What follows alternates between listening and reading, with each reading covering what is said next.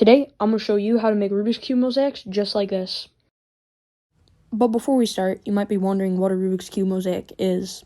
It's basically just an image that you make using Rubik's Cubes, but you're limited to only 6 colors.